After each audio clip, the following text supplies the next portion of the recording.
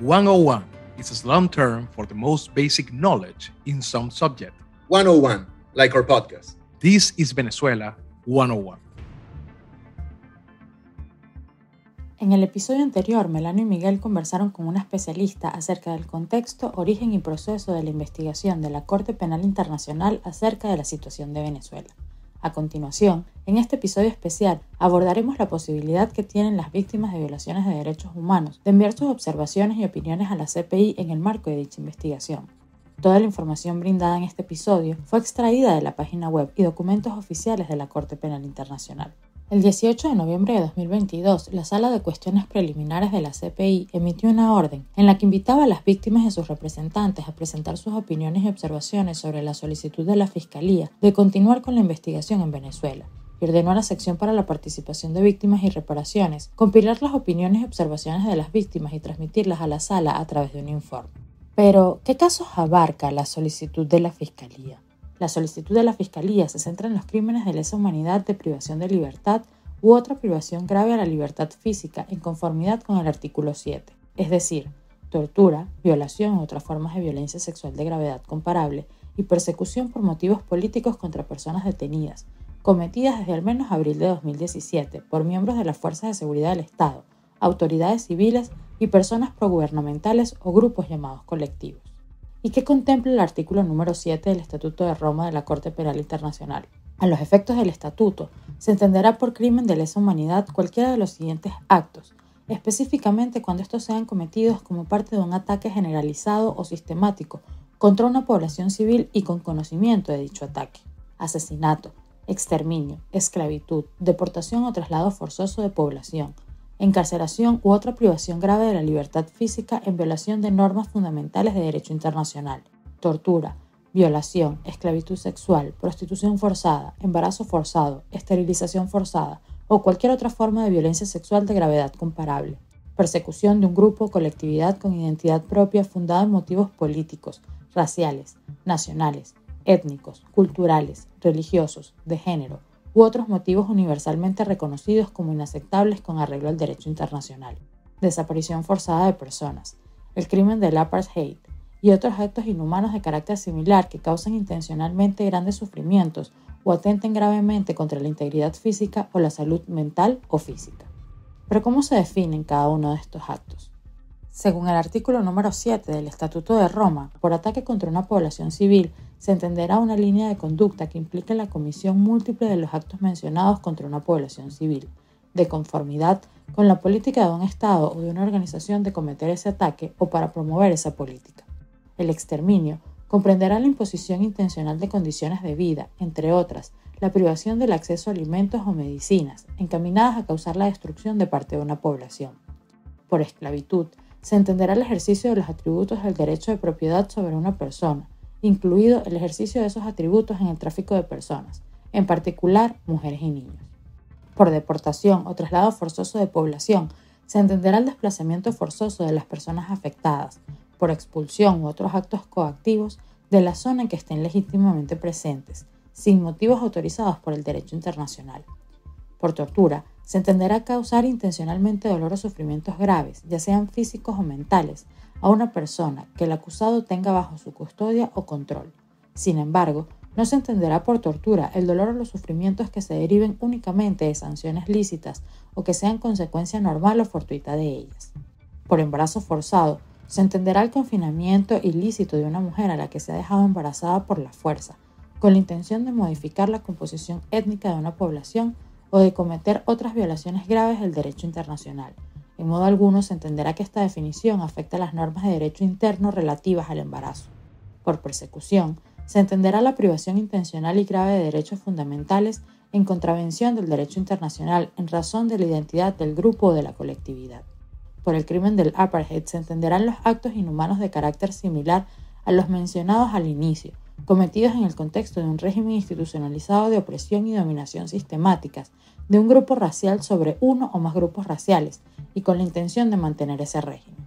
Por desaparición forzada de personas, se entenderá la aprehensión, la detención o el secuestro de personas por un Estado o una organización política, o con su autorización, apoyo o aquiescencia, seguido de la negativa a admitir tal privación de libertad o dar información sobre la suerte o el paradero de esas personas, con la intención de dejarlas fuera del amparo de la ley por un periodo prolongado.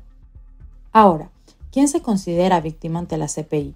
En conformidad con reglas de procedimiento y prueba, las víctimas son personas que han sufrido uno o más daños como resultado de la comisión de crímenes dentro de la jurisdicción de la CPI. Estos daños pueden incluir lesiones físicas o mentales, sufrimiento emocional, pérdidas económicas o la privación sustancial de los derechos fundamentales. Los familiares y personas cercanas de estas víctimas también se consideran víctimas. Las víctimas también pueden incluir organizaciones e instituciones cuando sus bienes dedicados a determinados fines se ven perjudicados como consecuencia de la comisión de un crimen de la competencia de la CPI. Estas organizaciones e instituciones deben dedicarse a la religión, la instrucción, arte o ciencias o fines caritativos y humanitarios, o monumentos históricos y hospitales. En esta etapa del procedimiento, es importante mencionar que las víctimas no necesitan tener representación legal para participar en el proceso. Las víctimas pueden llenar y mandar los formularios ellas mismas y pueden solicitar apoyo de la sección para la participación de las víctimas y las reparaciones y de las organizaciones que están en contacto con ellas para llenar el formulario. En esta etapa del procedimiento, la Sala no ha tomado ni tomará decisiones sobre la representación legal común de las víctimas, así como tampoco designará fondos para cubrir costos. Ahora, ¿cómo pueden las víctimas proporcionar sus opiniones y observaciones a los jueces? La sección para la participación de las víctimas y las reparaciones ha publicado en la página web de la CPI un formulario en inglés y en español, destinado a ayudar a las víctimas directas o indirectas a proporcionar sus opiniones y observaciones. Dicho formulario debe ser enviado a más tardar el 7 de marzo del 2023 para dar tiempo a que ésta procese la información y prepare un informe que se presentará a los jueces de la sala antes de la fecha límite, que sería el 21 de marzo de este año. Los individuos o organizaciones que han sido afectados por cualquier crimen bajo la competencia de la CPI pueden completar dicho formulario, que estará disponible en una versión en línea que puede ser rellenada directamente en el sitio web de la CPI o en una versión PDF descargable que puede ser rellenada a mano o de manera electrónica, y una vez finalizado se puede enviar a la sección para la participación de las víctimas y las reparaciones por correo electrónico. Es importante mencionar que este formulario se utilizará únicamente para este proceso de consulta y las víctimas lo pueden presentar de manera individual o en grupo, o también personas y organizaciones que las representen. En caso de que los jueces autoricen reanudar la investigación, las víctimas podrán, en una etapa posterior, solicitar su participación en procedimientos judiciales relacionados que involucran a una o más personas a quienes se haya dictado una orden de detención o de comparecencia. Para evitar duplicados, es importante rellenar solo un formulario por víctima o por grupo de víctimas. Participar en este proceso no es lo mismo que testificar o hacer una declaración como testigo. Las opiniones y observaciones de las víctimas, en virtud con el artículo 18, no se consideran pruebas en los procedimientos y las víctimas no necesitan demostrar el daño sufrido a través de documentos médicos, financieros, fotografías, copias de expedientes, entre otros. La CPI maneja la información que recibe de las víctimas de manera estrictamente confidencial. Esto significa que la sección para la participación de las víctimas y las reparaciones analiza y archiva en una base de datos segura a la que solo tiene acceso el personal autorizado. Los formularios de las víctimas solo se transmitirán a los jueces de la sala. Ninguna otra entidad tiene acceso a los formularios. Ni la Fiscalía ni el Gobierno de Venezuela tendrán acceso a ellas. La seguridad de las víctimas y de quienes las asisten es primordial. Se sugiere a las víctimas no mencionar públicamente su interacción con la Corte, ya que la confidencialidad y la discreción son la mejor manera de protegerlas en esta etapa del procedimiento.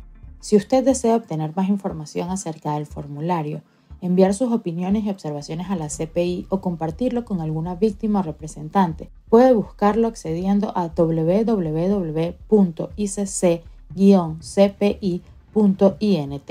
Recordamos que para conocer más acerca del contexto de esta investigación, pueden buscar en esta misma plataforma de audio el episodio número 8 de este podcast. Y además, le invitamos a compartir este episodio especial que esperamos haya sido de ayuda para esclarecer algunos temas específicos sobre el proceso de envío de opiniones y observaciones a la Corte Penal Internacional. Gracias por escucharnos una vez más. Hasta un próximo episodio.